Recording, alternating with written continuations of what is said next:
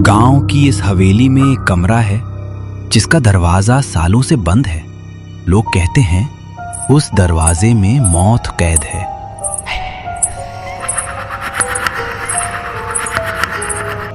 रुचा अपने माता पिता और छोटे भाई आरव के साथ शहर की भाग दौड़ से दूर इस पुराने गांव में आई थी।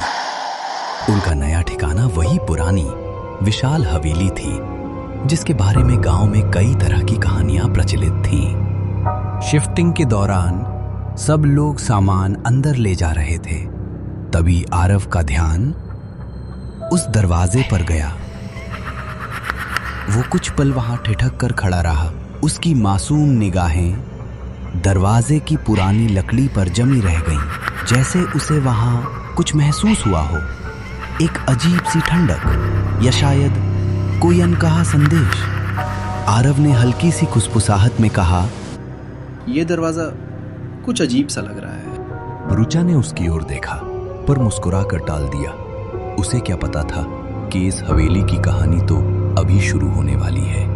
आरव अपनी माँ से पूछता है, माँ, इस कमरे में कोई है क्या? कोई मुझे देख रहा है? आरव की माँ डरते हुए उससे कहती हैं, आरव, चुप रहो, उस दरवाजे के पास मत जाना। ये सुनकर रुचा को कुछ अजीब सा एहसास होता है कि उसकी माँ उसे दरवाजे की ओर जाने से क्यों रोक रही है।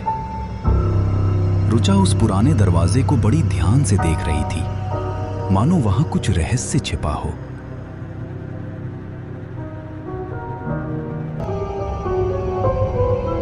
उस दरवाजे की ओर देखना बंद करो। अपना सामान लेकर अपने कमरे में जाओ। माँ के बार बार कहने पर दोनों चुपचाप अपने कमरे की ओर लौट जाते हैं। हे भगवान, हमारी रक्षा करना। रात को हवेली के उस दरवाजे की ओर से एक अजीब सी आवाज सुनाई देती है।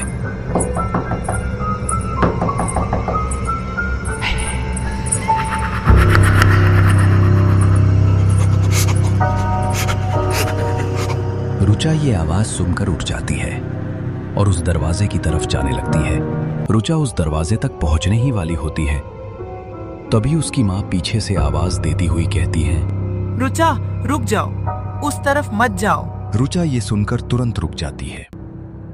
रुचा की माँ उससे पूछती है, तुम यहाँ क्या कर रही हो?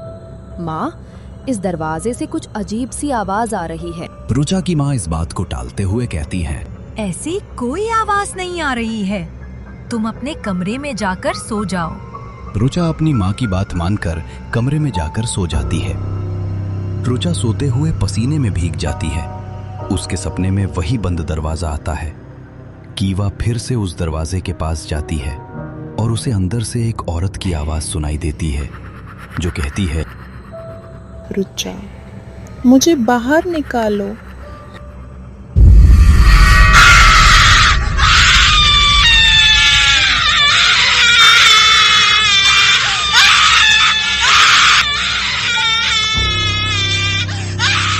इस बंद दरवाजे के पीछे रुचा के साथ क्या होता है, इसका रहस्य जानने के लिए इस कहानी का अगला भाग जरूर देखें।